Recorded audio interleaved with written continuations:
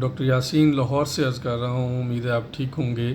ہمارا آج کل ٹاپک چل رہا ہے نفسیاتی امراض کے حوالے سے۔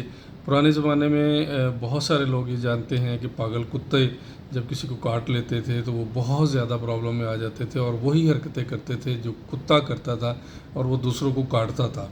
آج ہم اگر معاشرے میں دیکھیں تو گلی چوراہوں میں، اشاروں پر بہت سارے انسان بھی وہی رویہ رکھتے ہیں اور دوسروں کی ذلت اور دوسروں کی ہتک کرتے ہیں، گالیاں دیتے ہیں اور ذرا ذرا سی بات پہ دوسروں کو کاٹنے پر دوڑتے ہیں۔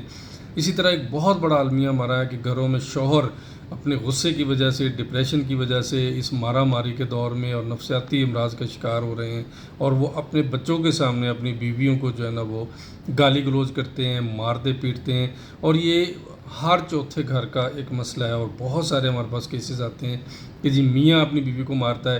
ہمارے پاس بہت سارے تھیلیسیمیا کے بچے آتے ہیں جن کی مائیں شکایت کرتی ہیں کہ ہمارے جو شوہر ہیں وہ ہمیں بہت مارتے ہیں کہ تم نے ایک ایسا بچہ جنم دیا ہے، حالانکہ بچے کو جنم دینے میں ماں سے زیادہ باپ کا زیادہ کردار ہوتا ہے۔